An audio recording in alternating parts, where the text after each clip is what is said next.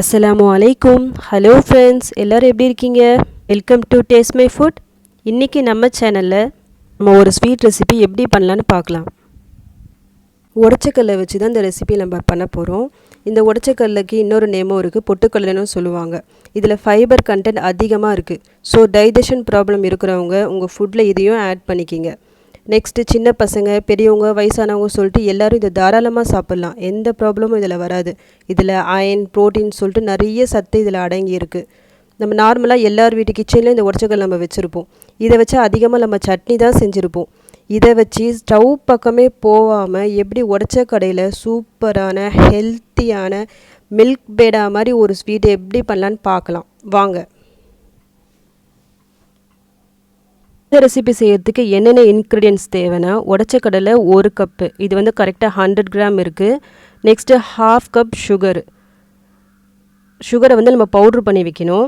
2 table spoon milk powder, உங்கள்கிட்ட milk powder இருந்தால் சேருங்க, இல்லைனா விட்டுருங்க, அது ஆப்ஷனல் தான். இது சேர்த்தா அந்த மில்க் பேடை அந்த இது டேஸ்ட்டில் வரும்.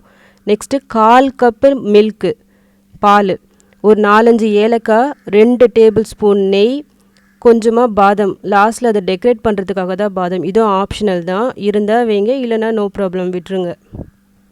இந்த சுகரை நம்ம மிக்ஸி ஜாரில் போட்டு அரைச்சிக்கலாம். இந்த ஜாரில் இந்த 1/2 கப் சுகர் போட்டுக்குங்க. நெக்ஸ்ட்டு அது கூடயே இந்த ஏலக்காவையும் சேர்த்து அரைச்சிக்கிங்க. நல்லா ஃபைன் பவுடராக அரைச்சிக்கிங்க. Okay, sugar அரைச்சாச்சா? இப்போ அதே ஜாரில் இந்த உடச்சக்கல்லையும் போட்டு அரைச்சிக்கலாம். அந்த உடச்சக்கல்லை நல்லா ஃபைன் பவுடராக அரைச்சி வச்சுக்கிங்க. இப்போ ஒரு பவுலில் அந்த அரைச்சி வச்ச உடச்சக்கடலை, இந்த சுகர், நெக்ஸ்ட்டு அந்த பால் பவுடர், இது எல்லாத்தையும் போட்டு நல்லா மிக்ஸ் பண்ணிக்கிங்க.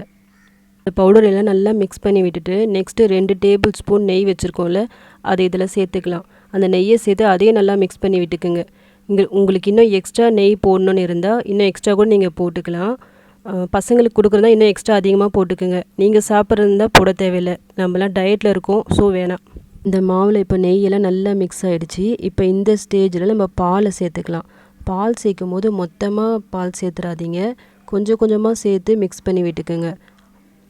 இதுக்கு எனக்கு கரெக்டாக இதில் 1/4 கப்பு பால் எனக்கு தேவைப்பட்டுச்சு. எல்லா பாலையும் இதில் சேர்த்துட்டேன். நெக்ஸ்ட்டு சப்பாத்திக்கு நம்ம எப்படி மாவு பிசையுமோ அது மாதிரி கையால் இந்த மாதிரி மாவை பிசைஞ்சிக்குங்க. இப்போ நம்ம மாவு ரெடி ஆகிடுச்சு பிசைஞ்சு. இதுக்கு சப்பாத்திக்கு மாவு பிசைற மாதிரி ரொம்ப நேரம் பிசையணும்னு இல்லை, ஜஸ்ட்டு ஒரு 5 மினிட்ஸ் அதுக்கு முன்னாடியே நம்மளுக்கு இந்த மாதிரி வந்துடும். பிசையும் போதே இந்த மாதிரி சாஃப்டாக வந்துடும். நெக்ஸ்ட்டு 2 கையிலையும் இந்த மாதிரி நெய்யை கொஞ்சம் தடவி அந்த மாவுலேருந்து கொஞ்சமாக மாவு எடுத்து இந்த மாதிரி ரோல் பண்ணிக்கிங்க. ரோல் பண்ணி கையால் இந்த மாதிரி ப்ரெஸ் பண்ணி நடுவில் ஒரு ஹோல் போட்டுக்குங்க.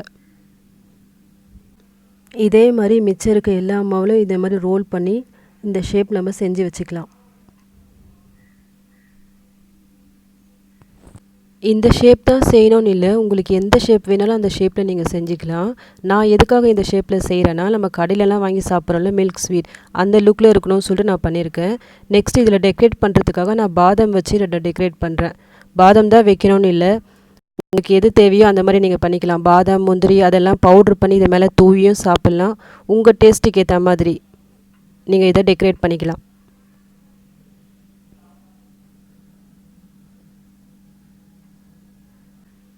இப்போ நம்ம ஹெல்த்தி பேடா ரெடி.